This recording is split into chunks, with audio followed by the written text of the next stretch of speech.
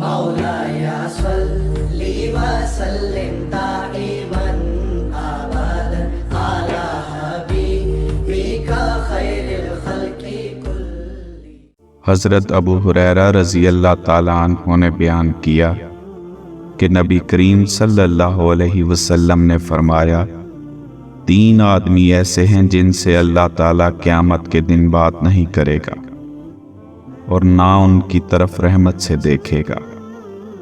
ایک وہ جس نے کسی سامان کے متعلق قسم کھائی کہ اسے اس نے اتنے میں خریدا ہے حالانکہ وہ جھوٹا ہے۔ دوسرا وہ شخص جس نے عصر کے بعد جھوٹی قسم اس لیے کھائی کہ کسی مسلمان کا مال ناحق مار لے۔ تیسرا وہ شخص جس نے ضرورت سے فالتو پانی مانگنے والے کو نہیں دیا، تو اللہ تعالیٰ قیامت کے دن اس سے کہے گا کہ جس طرح تو نے اس زائد ضرورت یعنی فالتو چیز سے دوسرے کو روکا جسے تیرے ہاتھوں نے بنایا بھی نہیں تھا، میں بھی تجھے اپنے فضل سے نہیں دوں گا۔